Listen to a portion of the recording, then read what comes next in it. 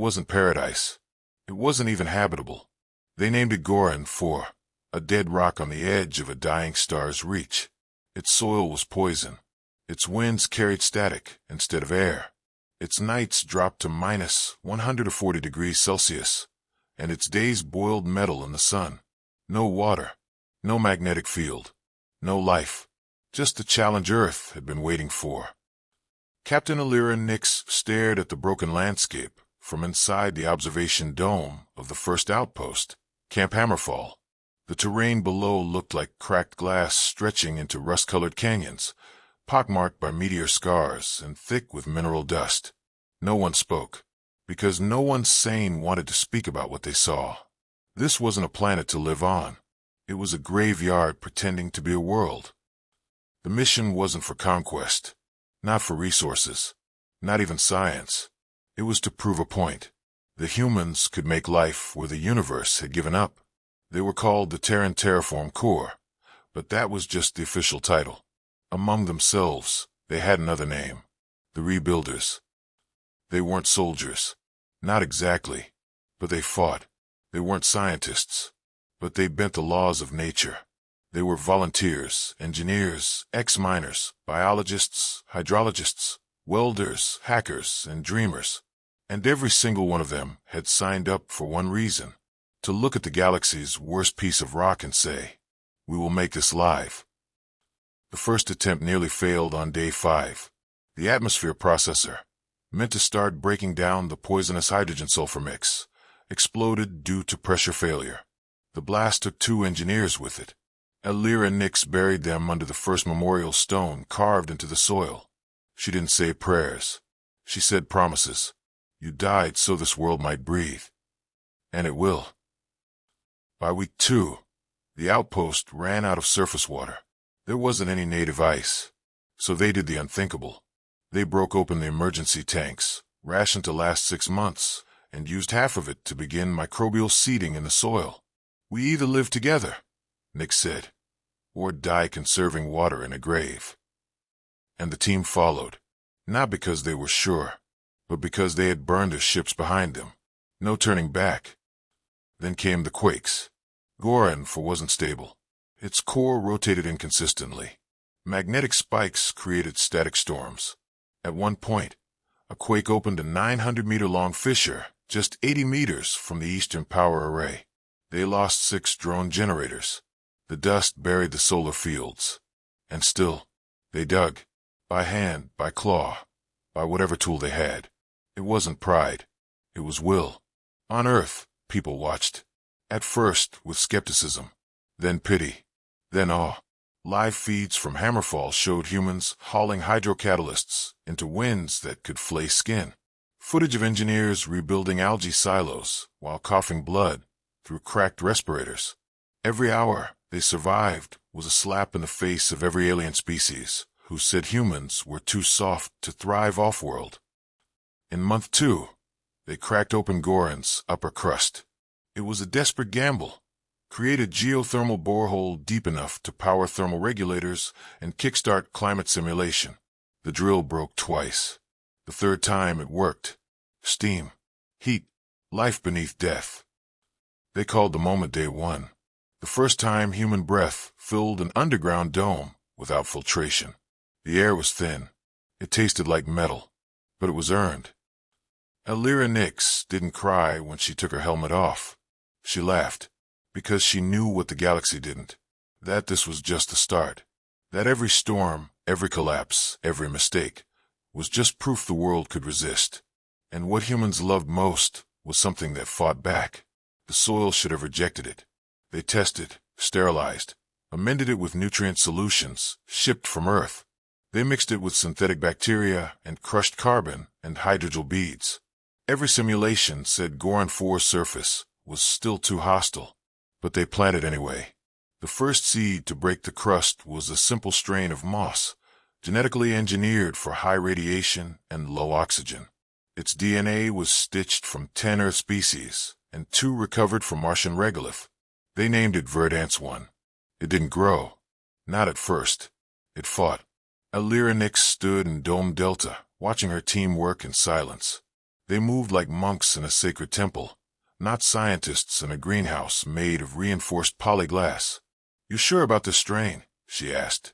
Her lead agrobiologist, Dr. Omar Jean, didn't look up. "No," he said. "Good," she replied. "Means we're doing something brave." It took 8 days for the first sprouts to push through the dust-packed surface. They didn't grow tall. They didn't even grow green. They were black and gray and looked more like mold than plants. But they consumed carbon. They exhaled oxygen. And most importantly, they survived. Across Hammerfall Outpost, the mood shifted. No one celebrated. Not loudly. But morale climbed. For the first time, the air scrubbers didn't have to work full-time. People took longer walks outside the modules. Jokes returned. Laughter echoed through the cold halls. Alira called it the second breath. The moment the planet itself began to exhale with them. But then came the decay. On day 23, the moss collapsed. Literally. The growths that had taken weeks to form began to wither and dissolve overnight. Not dry out. Not rot. They liquefied. Dr. Jean was the first to detect it. A microscopic fungal-like structure in the air, invisible to their original scans. It wasn't native. It wasn't anything. Because Goran, was never supposed to support life. Yet something was feeding. Something they hadn't planned for. A contaminant? An evolution? A sign. The team quarantined Dome Delta. They burned what was left of Verdance 1. The outpost smelled like burnt iron and salt for 3 days.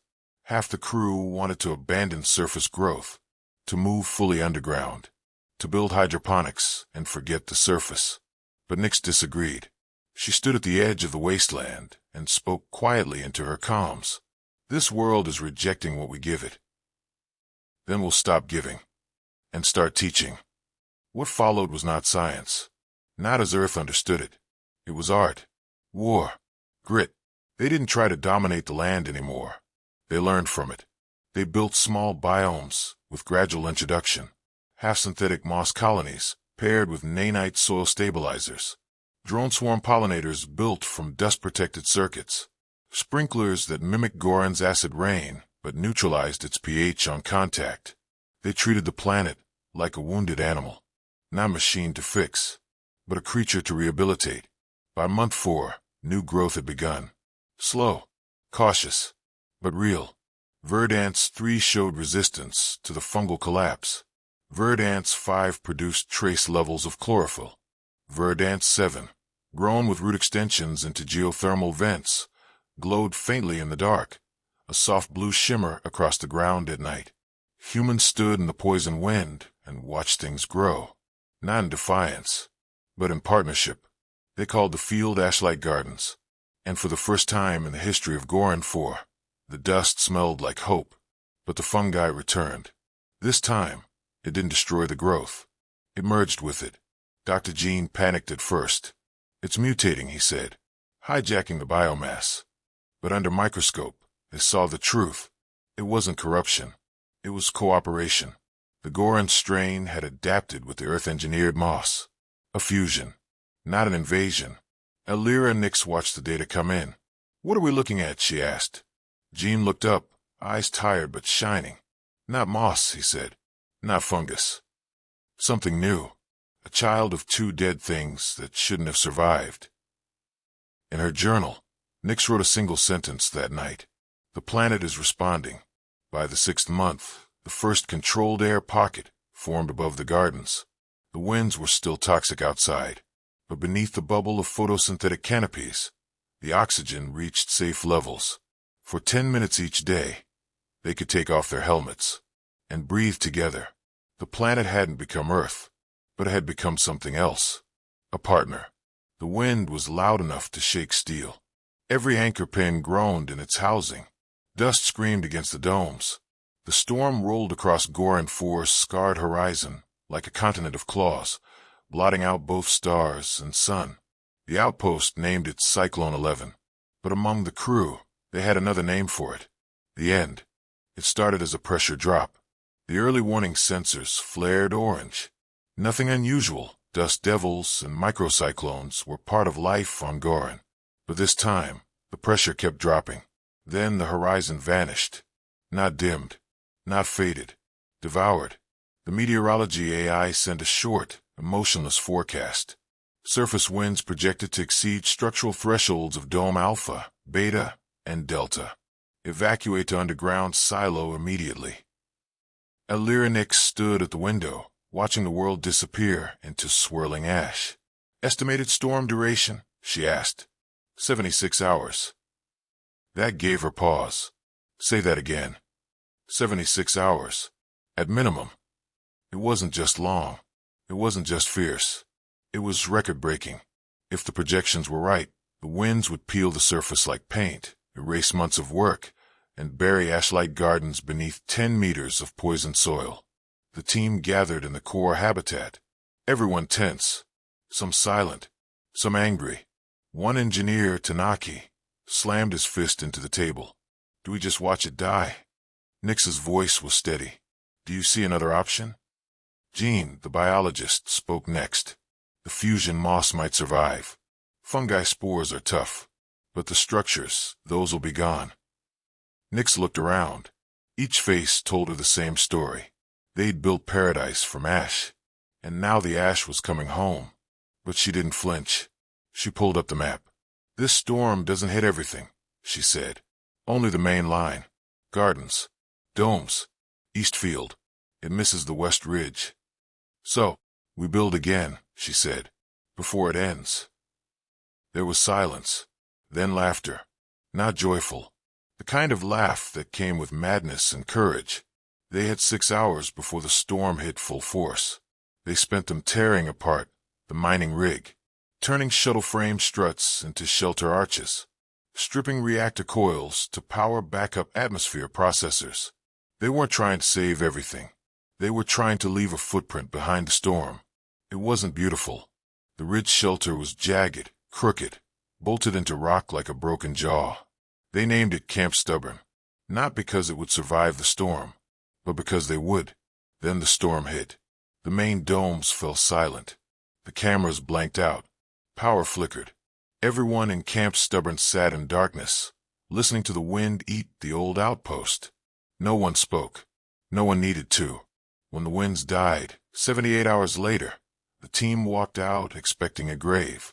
And they found one. Dome Delta was gone. Ashlight Gardens had been buried beneath 2 stories of compacted dust and salt.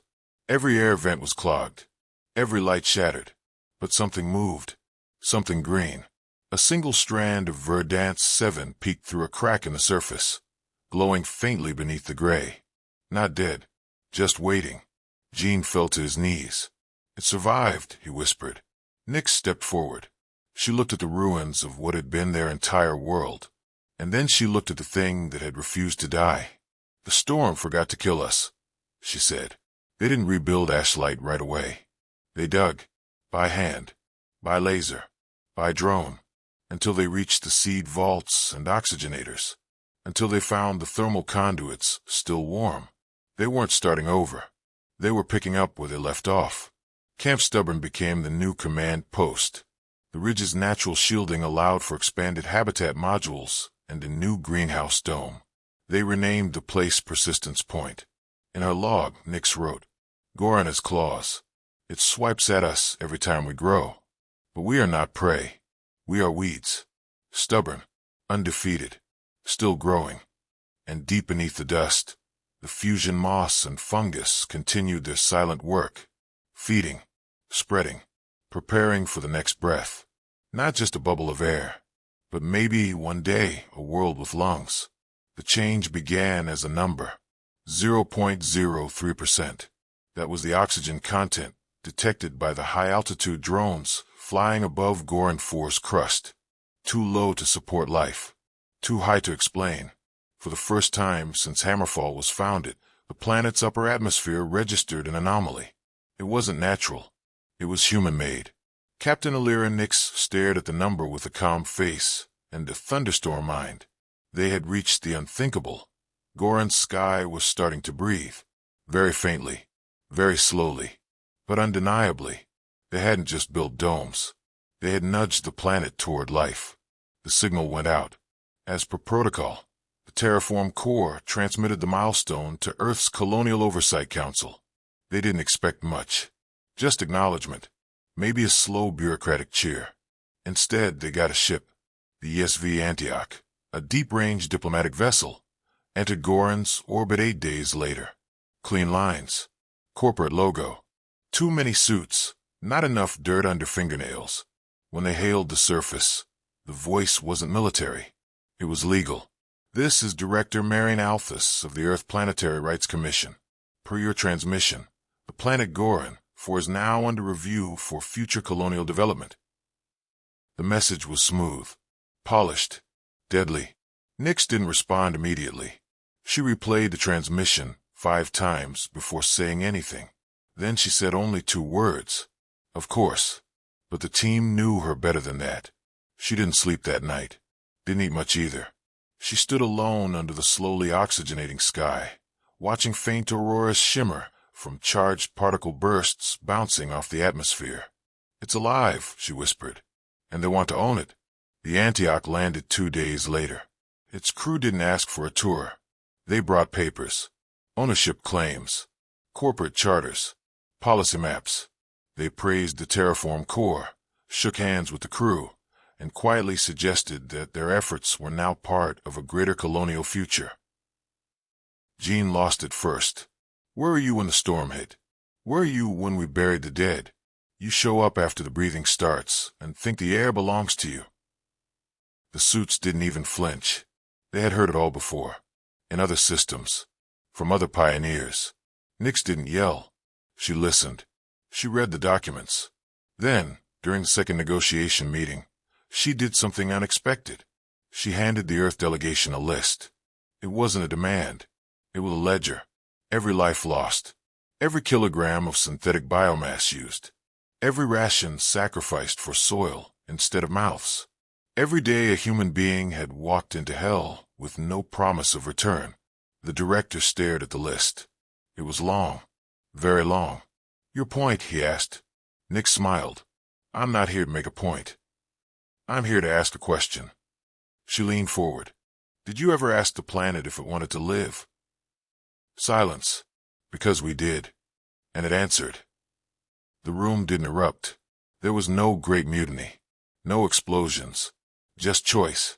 The crew voted. Unanimous. They would stay. With or without Earth's backing. They would continue the terraforming. Even if it meant being stripped of official support.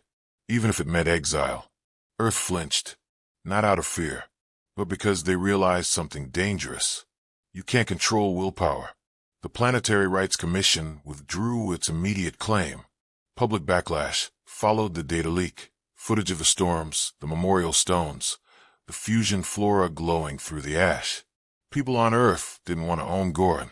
They wanted to honor it. The commission reclassified the planet, not as a colony, but as a sanctuary site, managed by the same team that built it. Goran would remain Terran soil, but not corporate, not governmental, just human. The Antioch left in silence. The team watched it vanish into the black, and then they got back to work, because the atmosphere was still only 0.03% oxygen. The nights were still freezing. The dust still screamed when the wind came. But now, they weren't alone. The planet was with them. In her log, Nyx wrote, they thought we were planting crops. We were planting meaning. They thought we were shaping land. We were shaping ourselves. Goran didn't need to be Earth. It just needed someone who believed it could be something better. And the skies, for the first time, carried that whisper. The first drop fell on a Tuesday. At first, no one believed it. Water didn't fall on Goran for. It was harvested, compressed, rationed. Nothing was wasted. Nothing moved without control. But this was different. It came from above. It wasn't much, just a bead of moisture, evaporating before it hit the ground. But the sensors confirmed it. Atmospheric condensation. Cloud formation. Localized precipitation. The weather AI flagged it as a Phase 1 hydrological event. Jean just called it a miracle. By the end of the week, there were more. Drops became trickles. Trickles became showers. Short, random, scattered across the ridge and down through Ashlight's grave. Rain that sizzled on hot dust. Rain that turned rust into clay. Rain that smelled like victory. The sky had learned to weep. Nick stood in it the first time. It lasted more than a few seconds. No helmet. No fear. Just skin underwater. She raised her face to the clouds and whispered, "You're waking up, aren't you?" But with water came chaos. The dormant bacteria in the soil, frozen, stable, harmless, began to activate. Some helped. Others didn't. Moss colonies bloomed too fast. Fungus choked the ventilation tubes. A new species of hybrid lichen cracked one of the west domes as it grew in tight seams of polyglass. The planet was not just breathing now. It was reacting. Dr. Jean watched the data, horrified and amazed. "This isn't evolution," he said. "It's acceleration." Nix raised an eyebrow. "Explain." "Our ecosystem isn't just growing. It's adapting faster than Earth's models can keep up. Goran's conditions are speeding everything up. Radiation, gravity variance, mineral compounds." He paused, looking at the screen where moss had turned blue overnight. "We didn't just wake a planet. We made a new kind of life." The team had a choice. Slow things down with chemical inhibitors, or let the biosphere grow wild, controlled or free, safe or sovereign. They chose trust, not because it was easy, because it was earned. They had come to this planet with nothing.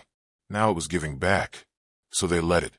Within a month, they observed the first native-looking plant, not grown in any lab, not part of any earth strain. Tall, bone-pale stalks with translucent leaves that hummed faintly in the wind.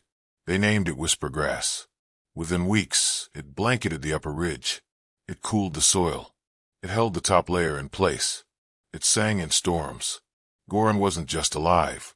It was becoming itself. But then came the animals. Not ones they brought. Not true animals. Something else. Biological drones stationed in the southern basin captured movement. Microbial colonies, fused with fungal threads and lichen, forming small mobile clusters. They moved. Not fast. Not smart. But deliberately. Drawn to warmth. To moisture. To electrical signals. They weren't alive in the earth sense. But they responded. To sound. To light. To us. The crew called them crawlers. Small as rats. Mossy backs. No eyes. No mouths.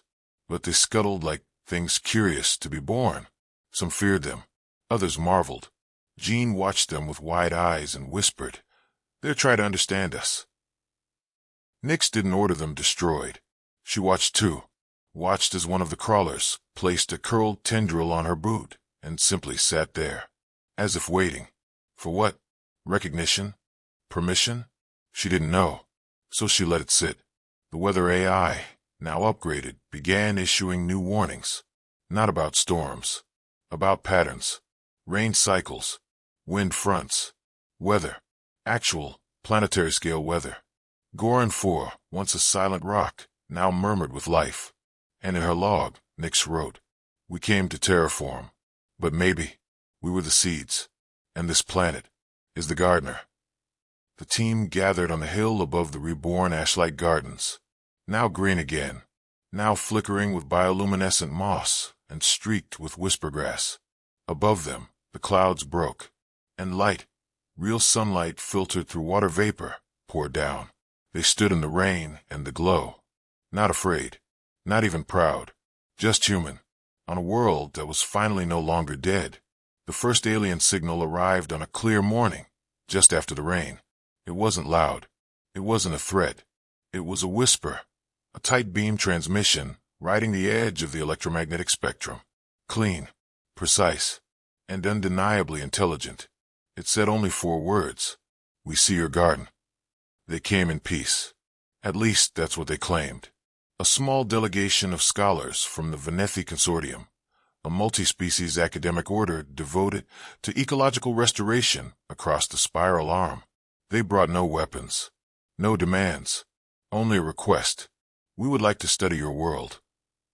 Captain Alira and Nix didn't say yes. Not right away. She knew what it meant to let outsiders in. They hadn't just made a garden. They'd made something unique. A world born of human hands, blood and pain. a place that breathed because people forced it to. She called a vote. This wasn't a military decision. This was something deeper. The crew agreed to listen. The Venethi arrived in a bioship shaped like a silver seed, hovering above the southern basin without touching the ground. Their delegation included a symbiotic trimind of flesh, gas, and crystal, their version of scientists. They called themselves Corinset. They wore no suits. They simply floated through the rain. When Nyx asked how, they replied, "We have waited millennia to feel this kind of air. It is ancestral." Corinset walked the whispergrass fields. They listened to the crawlers hum. They recorded the fungal songs resonating through thermal vents. And they wept, or something like it. "This is not a terraformed world," Corinset said. "This is a symbiotic awakening, a dialogue between death and will." Nyx said nothing. She was watching the horizon, the clouds forming. Not a storm, a system. For days, the aliens recorded data. They made no demands. They asked permission for every step. But then came the request. "We would like to bring others. Students. Not to take, only to witness." The crew debated again. Some were open, others wary. Then Jean said what Nyx had been thinking all along. "It's not just ours anymore. The planet is writing its own story now. Maybe it's time we stop hoarding the pen." They allowed a single class. 15 students from 5 species. All unarmed. All scientists in training. The visitors planted their own engineered spores, hoping to contribute. Some took root. Others failed. None tried to dominate. The story of Goran spread. Not through propaganda, but through awe. Galactic networks picked up the broadcasts. Not flashy documentaries or military triumphs. Just quiet images. Rain on copper-colored cliffs. Whispergrass in bloom. Crawlers curling in sunbeams. A place that had once screamed in silence now sang. But awe is never alone. Where it goes, envy follows. A second alien ship arrived. Not peaceful. Not patient. A scout from the Keth Dominion, known for its resource stripping and planetary acquisition. Their message was simple. We offer trade, or we take. The Venethi withdrew quietly. They had seen this before. So had humanity. But Earth didn't answer the call for help. Not right away. Because Goran wasn't Earth's colony. It was something else. And it was about to be tested. The Keth probe landed without clearance, burned part of the ridge flat, and began deploying mineral scanners. They weren't there for plants. They wanted the planet's geothermal core, its rare metals, its atmospheric elements. The life was just in the way. Alir and Nyx called the crew together. No yelling, no orders, just a question. Do we fight? Jean answered first. We already did. Every time we breathed into poison. Every time we planted an ash. Every time we chose to stay. So they stood, all of them, not with weapons, but with presence. The next transmission to the Keth wasn't a warning. It was a record. Video footage, audio logs, thermal maps, scientific journals, memorial markers, the full story of Goran's rebirth. They sent it in every major galactic language, and ended it with a sentence. This world did not ask for us, but it chose to live. If you try to silence it again, know this. We will not let it die quietly. The Keth didn't respond. They didn't need to. Their probe powered down the next cycle. They left. No explanation. No retaliation. Just silence. Some said it was diplomacy. Others believed the Venethi pulled strings behind the scenes. But Nyx believed something else. She believed the story had changed them. Even tyrants understand life that refuses to surrender. Goran, for was not a garden anymore. It was a being. And in her final log of that season, Nyx wrote, "We came to terraform, but maybe we were the ones being reshaped. Not into conquerors, but into something worthy of walking beside a world that taught itself to bloom." The sky rumbled overhead, not in fear, but in rhythm, with the pulse of something greater than war. Something earned. The child wasn't supposed to be born there. Not on Goran 4. Not in the dust. Not beneath flickering lights and filtered air. But sometimes, even stars are surprised by where life decides to begin. Her name was Mira Ellen Nix, born 7 weeks early, in the medical wing of Persistence Point. Her first breath wasn't through a ventilator or a mask. It was planet-grown oxygen, harvested from fusion moss domes, filtered through whispergrass, cooled by glacial condensers. She breathed air made by willpower and stubborn faith. The first human born on a world that once wanted nothing but silence. Captain Alira Nix, now Mother Alira Nix, held her daughter beneath a sky, just beginning to learn what clouds were. She didn't cry. She didn't speak. She just watched her daughter's chest rise and fall, and in that quiet rhythm, heard the heartbeat of Goran itself. They didn't announce the birth to Earth. They didn't need to. It spread anyway. Leaked transmissions, offhand mentions, video snippets, until the galaxy knew. Goran wasn't a mission anymore. It was a cradle. The messages came in from across space. Aliens, colonists, scientists, dreamers. Some begged to come. Some begged them to stop. Some sent gifts, genetic archives, terraforming algorithms, even cultural artifacts. Gene laughed as he sorted them all. It's like the galaxy finally believes we did it, he said. But Alira knew the truth. They hadn't done it. They were still doing it. Mira grew quickly. Within 3 months, she could crawl across biofloors that once buckled under stormquakes. At 5 months, she learned to stand beneath filtered sunlight that passed through sky no longer made of poison. Her first word wasn't mama. It was rain. The ecosystem responded too. More rain, more growth, more strange creatures crawling from moss. Goran was no longer evolving toward Earth. It was becoming something new. One morning, Mira wandered away from the dome's edge, only for 20 minutes. But when they found her, she wasn't alone. A crawler, one of the softback moss things, now the size of a house cat, sat beside her, not touching, just watching. And she was laughing. Gene theorized pheromones. Nix believed something simpler. She's Goran's child, too. Then Earth sent its message. Not a warning, not a threat, an offer.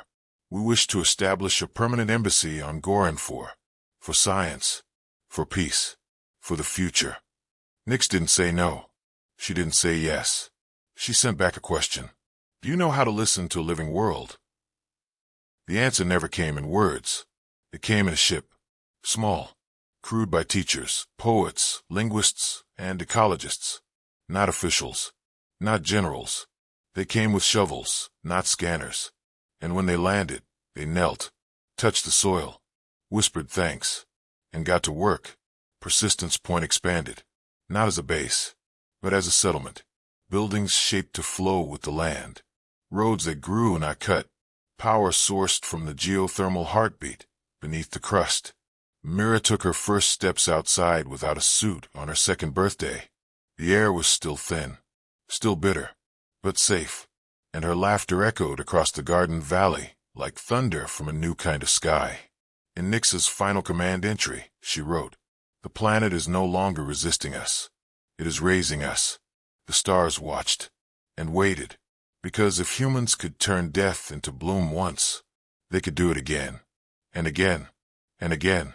Not through conquest, not with fire, but with endurance, with grit, with willpower strong enough to teach a world how to live.